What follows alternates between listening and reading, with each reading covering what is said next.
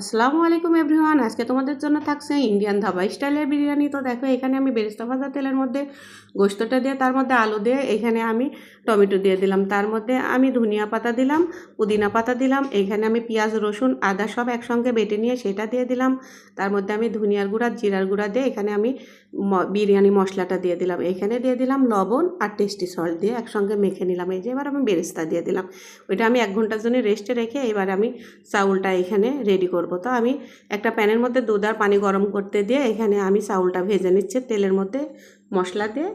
আমি চাউলটা ভেজে নিয়ে এই যে ওই ফুটন্ত পানিটা ঢেলে দিলাম, দিয়ে এখানে আমি একটু মিষ্টি জিরা ছিটাই দিলাম, দিয়ে আমি এটারে রেডি করে নিলাম। এই যে এদিকে আমার গোশতটাও রেডি হয়ে গেছে।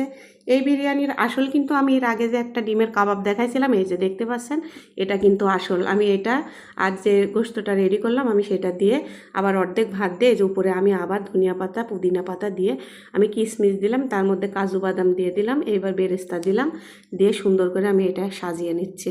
তোমরা তোমাদের ইচ্ছা মতো সাজিয়ে নিতে পারো।